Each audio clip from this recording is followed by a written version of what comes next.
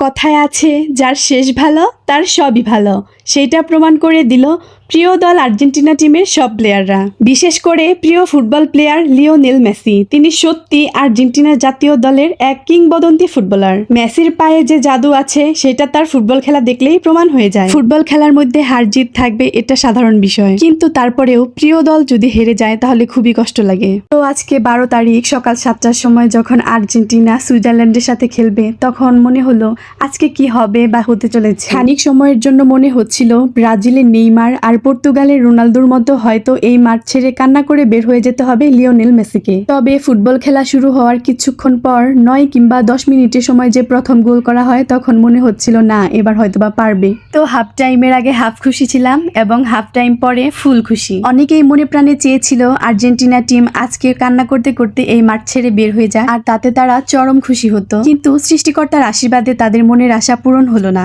জানি না এর পরের ম্যাচে হারবে না জিতবে, তবে আজকে আমরা অনেক অনেক হ্যাপি। যাই হোক, সামনের ম্যাচ আরো ভালোভাবে খেলার জন্য আর্জেন্টিনা পুরো টিমের জন্য রইল অনেক অনেক শুভকামনা। মূলত সর্বশেষ একটাই কথা বলবো, তা হলো লাক ফেভার না করলে পৃথিবীর কোনো সাফল্য সফল হয় না। ভাগ্যে যদি লেখা থাকে সফলতা, তাহলে কেউ ঠেকাতে পারবে না।